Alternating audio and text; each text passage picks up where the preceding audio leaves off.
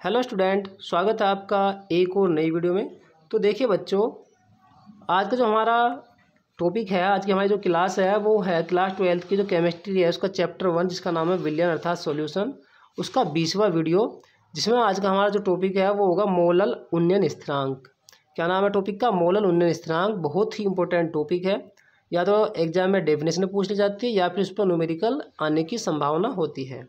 तो देखिए, मोलल उन्नयन स्थिरांक क्या होता है, इसको हम केबी से दर्शाते हैं।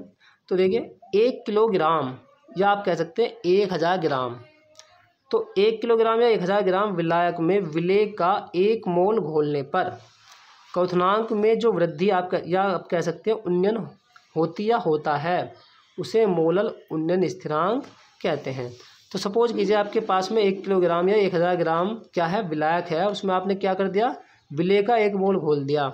तो विलेय का 1 मोल घोलने से क्या होगा, उसके क्वथनांक में वृद्धि हो जाएगी, यानी उसका जो क्वथनांक था वो क्या हो जाएगा, बढ़ जाएगा। जैसे सपोज कीजिए, मैं आपको उसको समझाता हूँ एक एग्जाम्पल के माध्यम से। जैसे सपोज कीजिए आपके पास में 1 किलोग्राम या आप कह सकते हैं कि पानी है। क्या है, 1 किलोग्राम क्या है, पानी है, और आप उसको क्या कर रहे हैं, बॉईल कर रहे हैं, यानी उबाल रहे हैं। तो आपको पता है कि जो पानी है, पानी का जो क्वथनांक है वो होता है 100 डिग्री सेल्सियस। कितना होता है?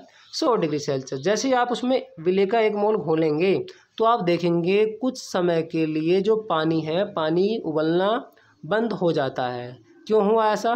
क्योंकि अब उसमें हमने क्या डाल दिया, अब हमने उसमें डाल दिया है अवाष्पशील विलेय, है ना।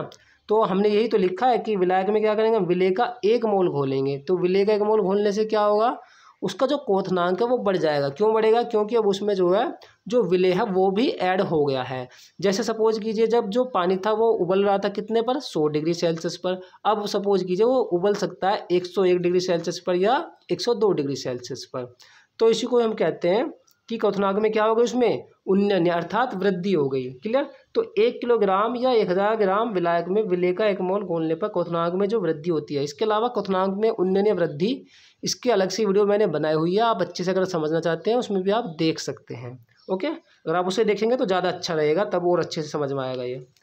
ओके, होती है तो उसे हम क्या कहते हैं, मोलल उन्नयन स्थिरांक कहते हैं, और इसे हम KB से प्रदर्शित करते हैं। ठीक, और जो मोलल उन्नयन स्थिरांक है और अणुभार है उसमें संबंध क्या होता है, आइए जानते हैं। तो देखिए, मोलल उन्नयन स्थिरांक और अणुभार में संबंध तो होता है स्मॉल m बराबर 1000 गुना KB इंटू या गुना, ये है स्मॉल w। स्मॉल w का मतलब है विलेय का भार, अपॉन में डेल्टा TB। डेल्टा TB यहाँ पर क्या है, डेल्टा TB यहाँ पर है क्वथनांक में उन्नयन, गुना में क्या है, कैपिटल W। कैपिटल W क्या होता है, विलायक का भार। ओके, तो ये फॉर्मूला होता है किसका, मोलल उन्नयन स्थिरांक का। अगर आपसे एग्जाम में पूछता है कि मोलल उन्नयन स्थिरांक और अणुभार में क्या संबंध है, तो आपको यही यहाँ पर लिख करके आना है। क्लियर?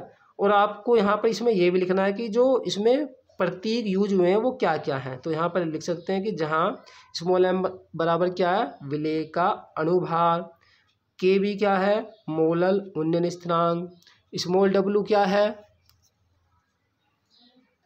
पहले आप यहाँ तक स्क्रीनशॉट लीजिए, फिर मैं अभी आपको आगे बताऊंगा, क्योंकि कैमरे में नहीं आ रहा है।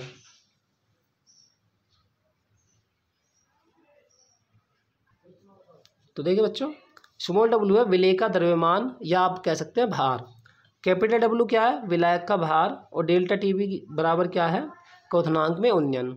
क्लियर? और उस पर न्यूमेरिकल भी एग्जाम में पूछे जाते हैं। ओके, तो बच्चों मिलता हूँ मैं आपको नेक्स्ट वीडियो में, तब तक के लिए नमस्कार, जय हिंद, जय भारत।